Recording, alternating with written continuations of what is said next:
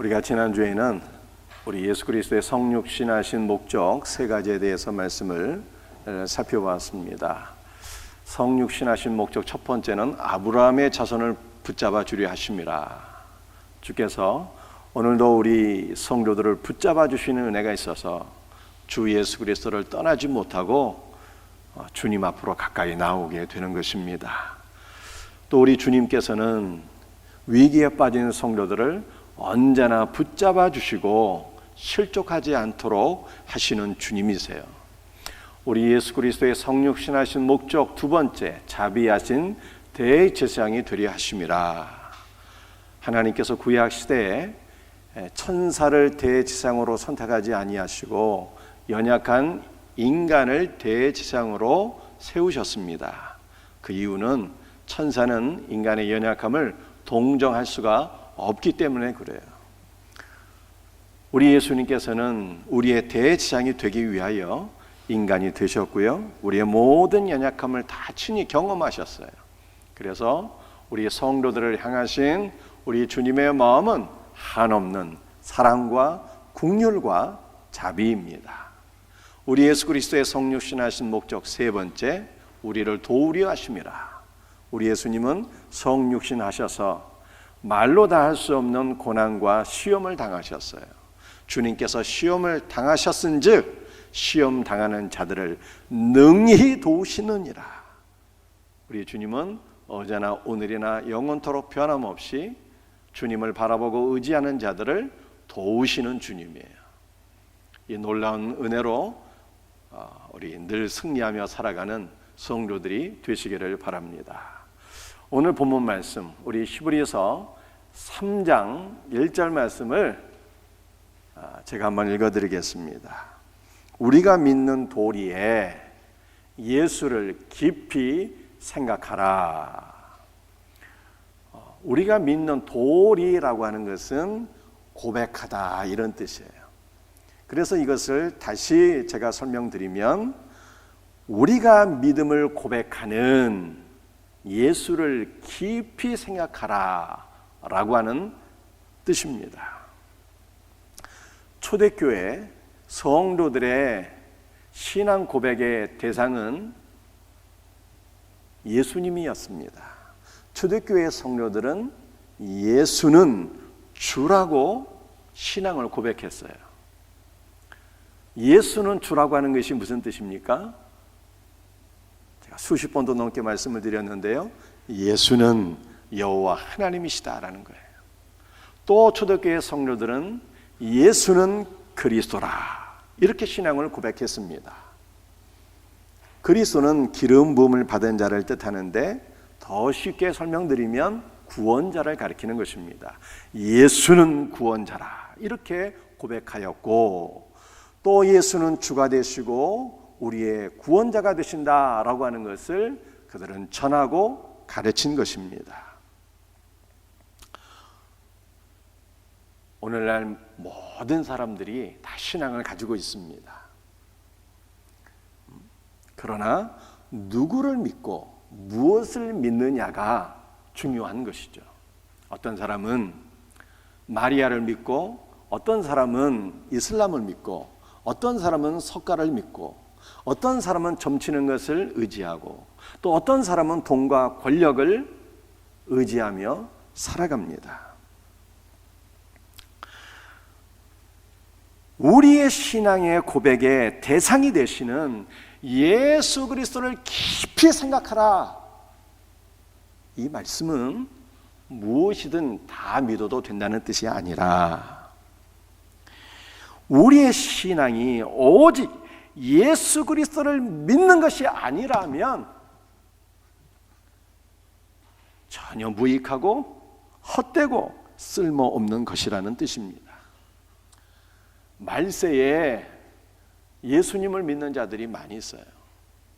그러나 예수 그리스도를 유일하신 주님, 여호와 하나님으로 믿는 자, 예수 그리스도를 유일하신 구원자로 믿는 자들은 극히 드뭅니다. 말세에 양다리 걸치는 신앙인들은 많이 있는데, 유일하신 하나님 주 예수 그리스도를 믿고 의지하는 자는 참으로 많지 않아요. 이 말세에 주님께서 내가 과연 믿는 자를 보겠느냐 말씀하셨는데, 그러나 우리 사랑하는 성도들이 주님 앞에 참된 믿음의 사람으로 세워지는 역사가 있기를 주님의 이름으로 축복합니다. 히브리서 3장 1절을 보게 되면 우리가 믿는 도리에 예수를 깊이 생각하라 말씀하셨어요.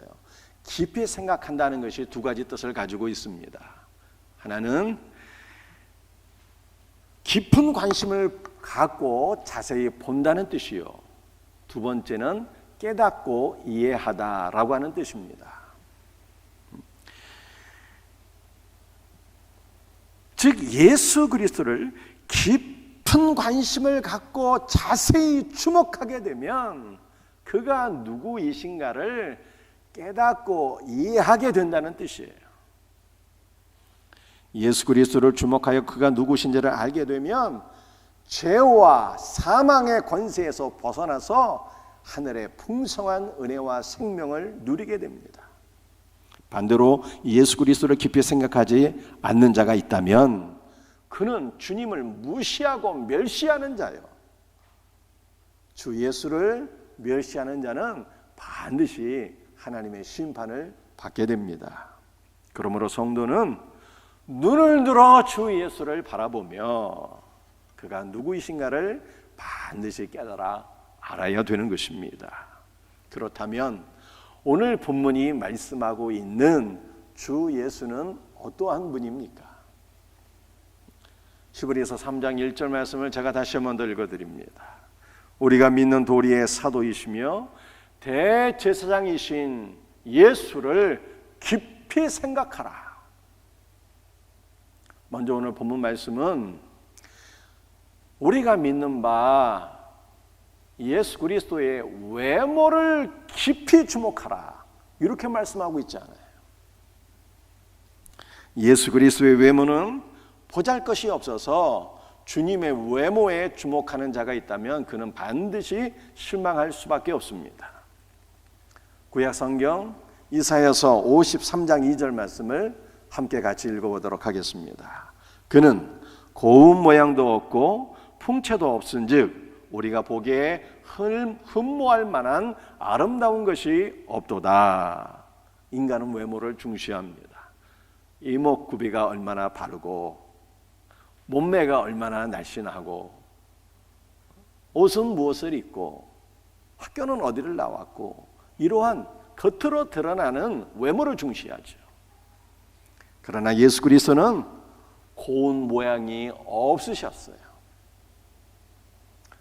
또한 우리 예수님은 겉으로 드러나는 삶 역시 우리가 흠모할 만한 것이 없었습니다. 구약 성경 스가랴 6장 12절 말씀을 같이 읽도록 하겠습니다. 보라, 싹이라 이름하는 사람이 자기 곳에서 돋아나서 여호와의 전을 건축하리라. 싹이라 이름하는 사람은 예수 그리스도를 가리키는 것인데 자기 곳에서 돋아나서 여호와의 전을 건축할 것이다, 이렇게 말씀하고 있습니다. 그런데 자기 곳이라고 하는 것이 두 가지 의미를 갖고 있는데 하나는 밑에서 아래에서, 두 번째는 누구누구 대신에, 이런 뜻이에요. 인간은 누구나 할 거 없이 다 이 상류 사회를 꿈꾸는 것 같아요. 드라마 보게 되면 가난한 집에서 태어났는데 막 재벌을 만나갖고 상류 사회에 진입하는 뭐 그러한 내용들이 많이 있잖아요. 많은 사람들이 이렇게 상류 사회를 꿈꾸고 있지만 우리 주님은 어떠한 삶을 사셨을까요? 우리 주님이 선택하신 삶은 밑바닥 인생이었어요. 자기 곳이라고 하는 것이 아래에서 밑바닥을 선택하시고 그러한 삶을 사셨다는 뜻입니다. 누구 때문에? 우리 때문에, 우리를 대신해서 우리 예수님은 고난의 삶을 사셨습니다. 그러므로 우리 예수님은 우리가 보기에 전혀 흠모할 만한 외모나 또 우리가 부러워할 만한 그 상류 사회의 삶이 전혀 없으셨어요. 그럼에도 불구하고 우리가 예수 그리스도를 깊이 주목해야 되는 이유는 그는 우리의 사도이시며 제사장이시기 때문입니다. 구약시대 모세와 아론은 이스라엘 백성들에게 하나님을 대표하는 두 명의 지도자였어요. 모세는 하나님을 대표해서 하나님의 말씀을 전하는 사도였고, 아론은 하나님을 대표해서 이스라엘 백성들을 중보하는 대제사장이었습니다. 그런데 예수님께는 이 두 가지 직분이 같이 주어지게 되었어요. 예수님은 아론처럼 자비로운 대제사장이었고, 예수님은 모세처럼 충성된 사도였습니다. 히브리서 3장 1절 말씀을 우리 같이 한번 읽어보도록 하겠습니다. 시작. 우리가 믿는 도리의 사도이시며 대제사장이신 예수를 깊이 생각하라. 우리가 믿음을 고백하는 예수 그리스도는 우리의 대사도이십니다. 사도는 보내심을 받은 자라고 하는 뜻이에요. 사도는 그를 보내신 자의 권위를 대표하므로 사도가 전하는 말은 그를 파견한 분의 말과 동일한 권위가 있습니다. 즉 예수 그리스도의 권위는 그를 보내신 아버지 하나님의 권위와 동일하며, 예수 그리스도의 말씀은 그를 보내신 아버지 하나님의 말씀과 동일한 것입니다. 사도로서 예수 그리스도는 그를 보내신 성부 하나님의 권위와 권세를 100% 소유하신 분으로서 성부 하나님의 말씀을 대변하시는 분이에요. 따라서 성도는 성부 하나님의 권위를 100% 소유하신 우리의 대사도이신 예수 그리스도의 말씀에 귀를 기울여 경청해야 돼요.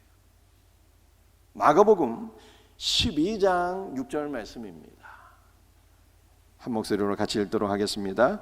이제 한 사람이 남았으니 곧 그의 사랑하는 아들이라 최후로 이를 보내며 이르되 내 아들은 존대하리라 하였더니, 한 사람이 포도원을 만들고 때가 되어 포도원에서 소출을 거둘 것을 기대하여서 여러 종들을 보내었어요. 그런데 보내는 종들마다 포도원의 농부들에게 매를 맞고 능욕을 받으며 더러는 죽기까지 한 것입니다.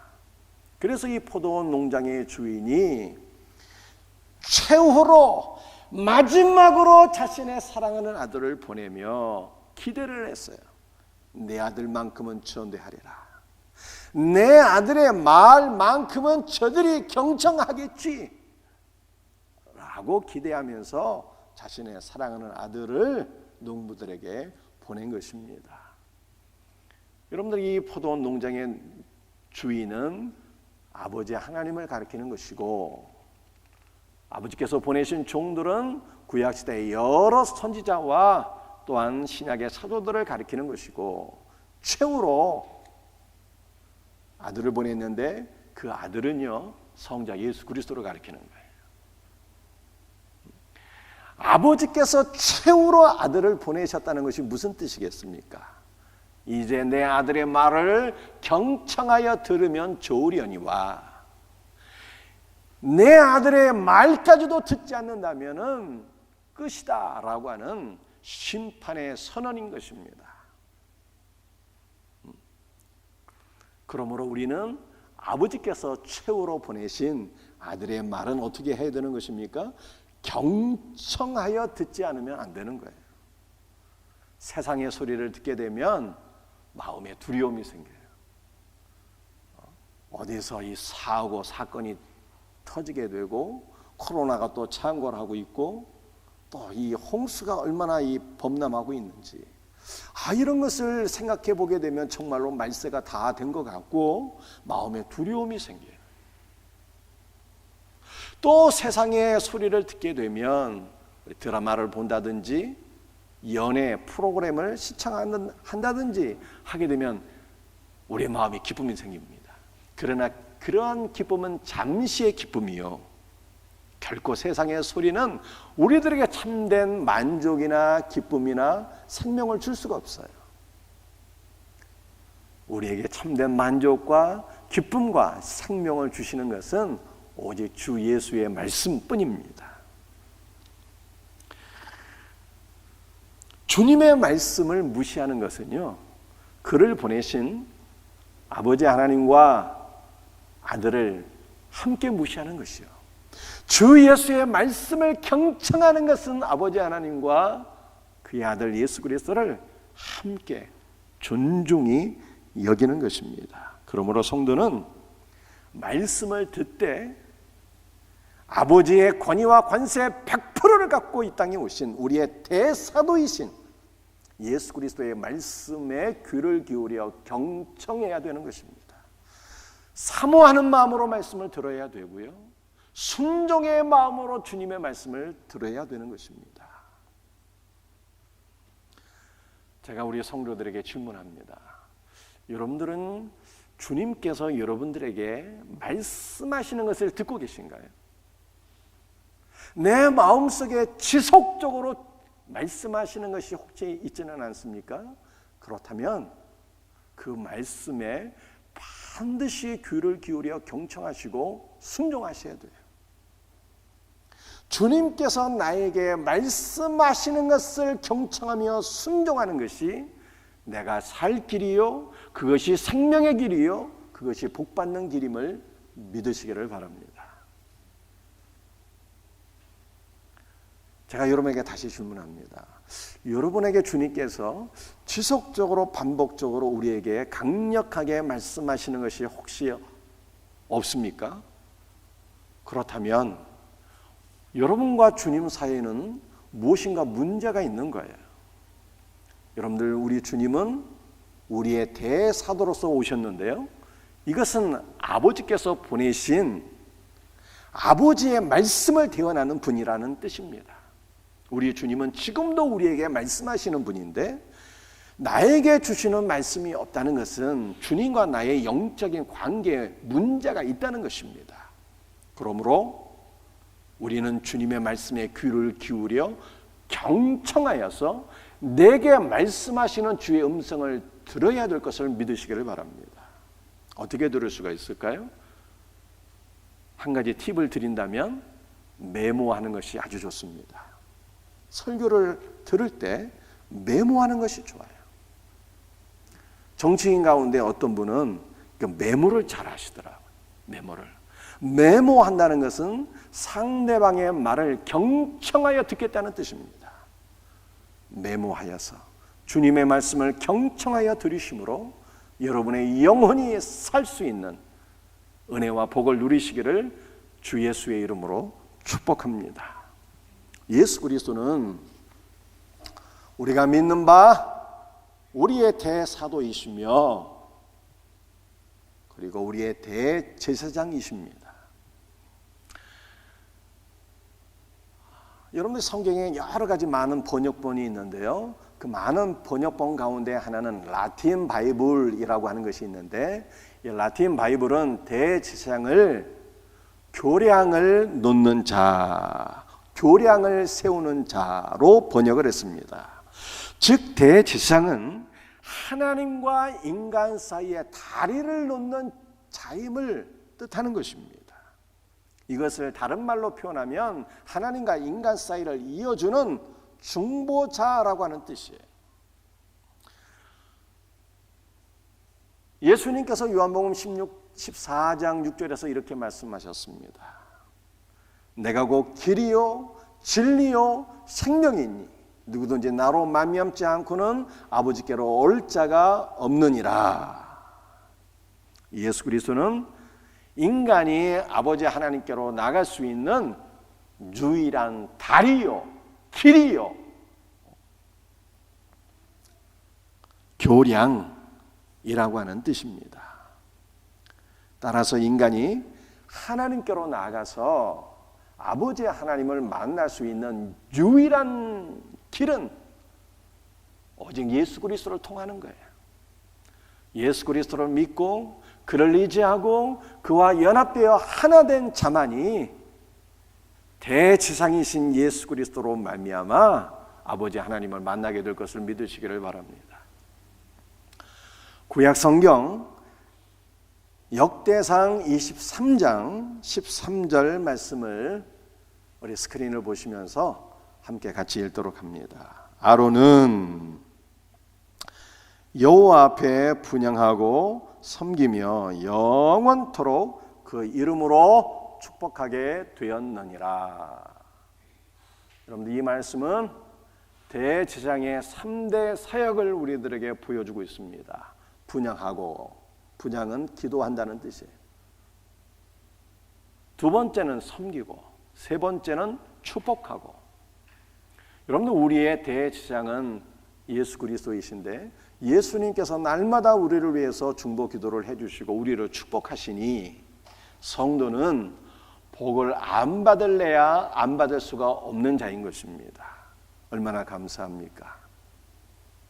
그런데 이 대제사장의 3대 사역 가운데 특별히 두 번째 사역을 한번 생각해 봤으면 좋겠어요. 두 번째 사역은 섬기며입니다. 여러분들, 대제사장의 이 섬기는 사역은 가장 기본적으로 대제사장의 기본적인 사역과 관련된 섬김을 뜻하는 것입니다. 대제사장의 가장 기본적인 사역은 무엇일까요? 그것은 죄를 속하는 사역입니다. 속죄의 사역이에요. 죄를 속하는 사역은 특별히 성전에서 세 곳에서 이루어지게 되었어요. 성전의 이 번제단이 놓여 있는 이 마당, 그 번제단에서 이루어지게 되었습니다.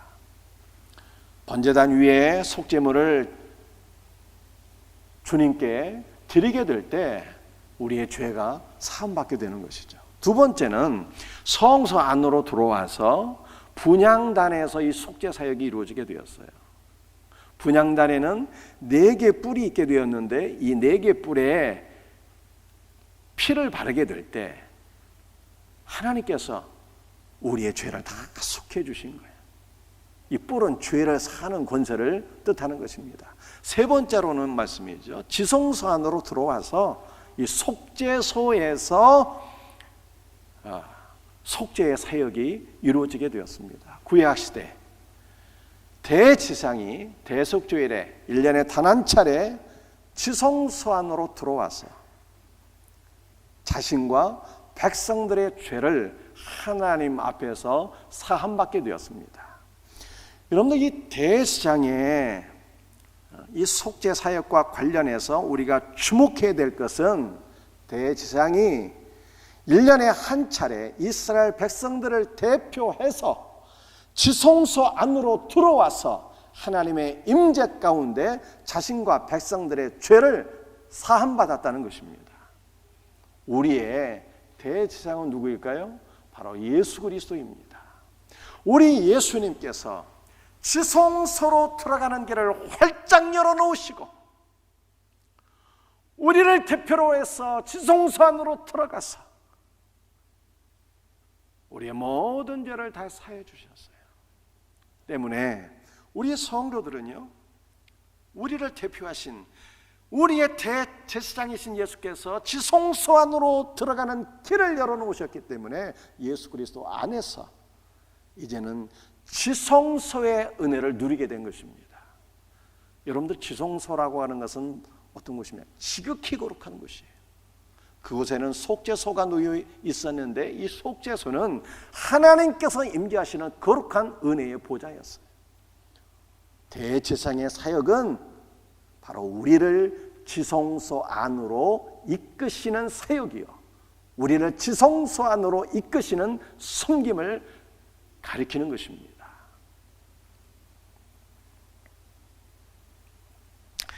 대제사장이신 예수 그리스도의 섬김으로 우리는 지성소에 들어가서 살아계신 하나님의 임재와 은혜와 그 놀라우신 생명으로 채워지게 되었습니다. 우리의 사도이시고 대제사장이신 예수 그리스도를 깊이 생각하여 지성소 안으로 날마다 들어가는 은혜를 누릴 수 있는 우리의 성도들이 되시기를 예수 그리스도의 이름으로 축복합니다. 어떻게 우리는 지성소 안으로 들어가는 은혜를 누릴 수가 있는 것일까요? 그것은 오직 믿음이에요. 그래서 믿음이 없이는 하나님을 기쁘시게 할 수가 없어요.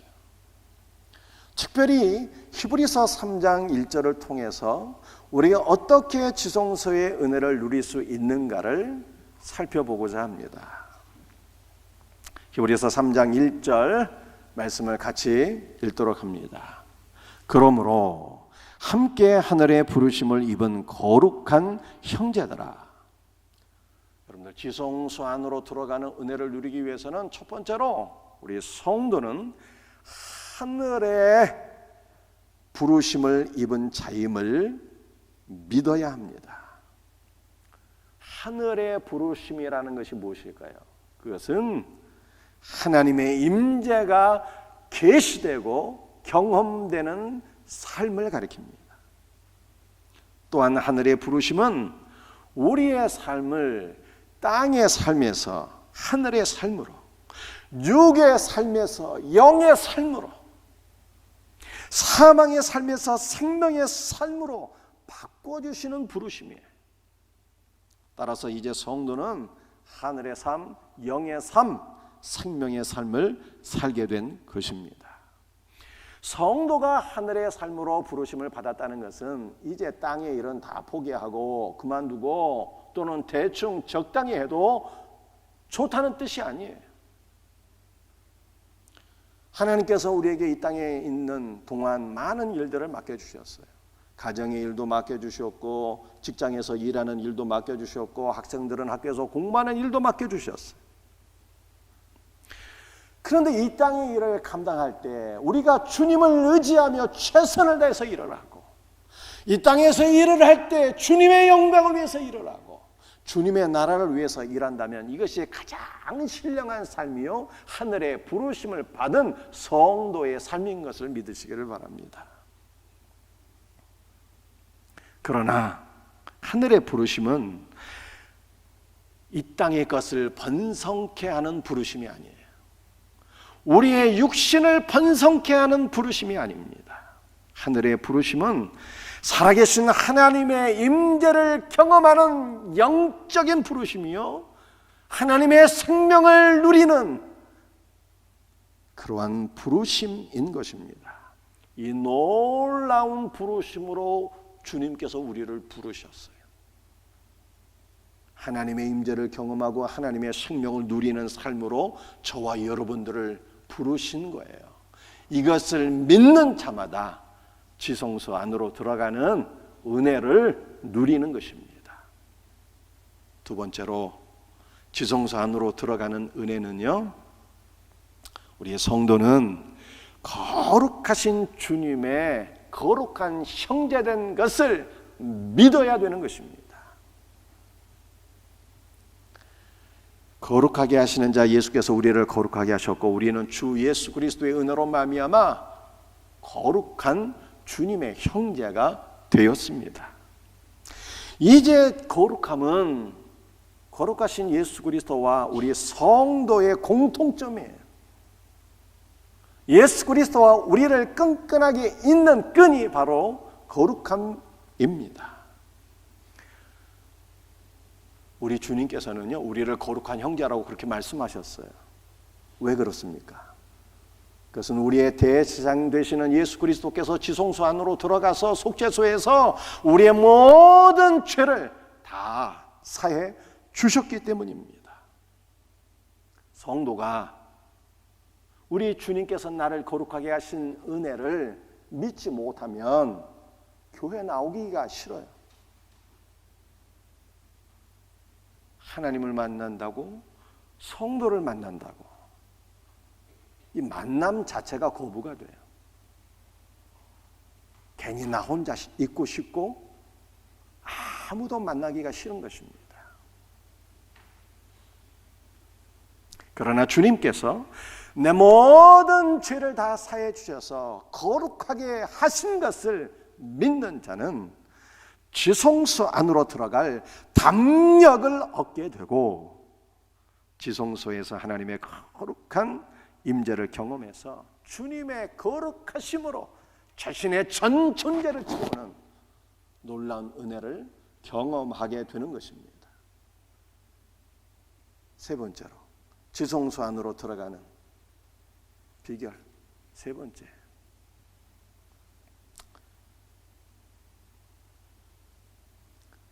주 예수의 이름을 불러야 되는 것입니다. 대지상 되시는 우리 구주 예수께서 지성소 안으로 친히 들어가셔서 지성소 안으로 들어가는 길을 활짝 열어놓으셨어요. 우리는 대지상 되신 예수 그리스도 안에서 지성소 안으로 들어가 하늘의 거룩한 임재를 경험하게 되는 것입니다. 어떻게 경험하느냐고요? 우리의 대지상 되시는 주 예수의 이름을 불러야 돼요. 로마서 9장 28절 말씀입니다. 주께서 땅 위에서 그 말씀을 이루고 속히 시행하시리라. 그런데 이것을 원문을 기초로 해서 다시 이 말씀을 정확하게 번역을 한다면 주께서 땅 위에서 그 말씀을 성취하시고 줄이시고 이루시리라. 이 세 가지, 성취하시고 줄이시고 이루신다는 거예요. 우리 예수님은 연약한 우리를 위해서 말씀을 다 줄여주셨어요. 뭘로 줄여주셨다고요? 사랑이라고 한마디로 줄여주셨어요. 주 너의 하나님을 마음과 목숨과 뜻과 힘을 다하여 사랑할지어다. 내 이웃을 내 몸처럼 사랑하라. 사랑이라는 말로 모든 계명을 다 줄여주셨어요. 또 우리 주님께서는 모든 말씀을 한 단어로 줄여주셨는데 주 예수로 줄여주신 거예요. 우리 예수님은 모든 은혜와 생명을 주 예수의 이름 안에 감춰 놓으시고 주 예수의 이름을 부르는 자마다 그 놀라운 은혜와 생명과 당신의 거룩한 임재를 경험케 하신 것입니다. 그래서 로마서 10장 13절 말씀, 누구든지 주의 이름을 부르는 자는 구원을 얻으리로다, 이렇게 말씀하셨어요. 여러분들 구원을 얻는다는 것이 무엇입니까? 간신히 지옥의 불못에서 건진받는다는 뜻이 아니라 구원을 얻는다는 것은 영역이 바뀌어진다는 거예요. 사망에서 생명으로 옮겨지는 거예요. 누구든지 주 예수의 이름을 부르는 자는 예수 그리스도 안으로 옮겨졌어. 우리의 대지상 되신 예수 그리스도 안으로 옮겨졌어. 그분과 함께 거룩한 지성소로 들어가서 하늘의 놀라운 임재와 은혜와 생명을 누리게 될 것을 믿으시기를 바랍니다. 사랑하는 성도들이여, 주 예수의 이름을 높이 찬양하시길 바랍니다. 주 예수의 이름을 날마다 고백하시길 바랍니다. 주 예수의 이름을 부르며 기도하시기를 바랍니다. 하늘의 지성소의 은혜를 누리게 될 것을 믿습니다. 자, 지성소의 은혜를 누리는 비결 세 가지. 첫 번째는 하늘의 부르심을 받은 것을 믿어야 돼요. 우리 주님은 우리를 육신을 번성케 하는 부름으로 부르시지 않았어요. 만약에 내가 잘 먹고 잘 사는 것을 소망한다면 핀트가 안 맞는 거예요. 우리 주님은 우리를 너무나도 사랑하셔서 우리들에게 일용할 양식도 주시지만, 우리의 삶에 필요한 물질도 주시지만, 우리 주님이 정말로 우리에게 주시는 것은 하늘의 부르심이에요. 우리 주님의 거룩한 임재를 경험하는 지성소의 삶으로 우리를 부르신 거예요. 이것을 믿는 자마다 지성소 안으로 들어가게 되는 거예요. 두 번째, 우리 주님께서 우리를 거룩하게 하신 것을 믿어야 돼요. 세 번째, 주님의 이름을 부르는 자마다 지성소의 은혜를 누리게 됩니다.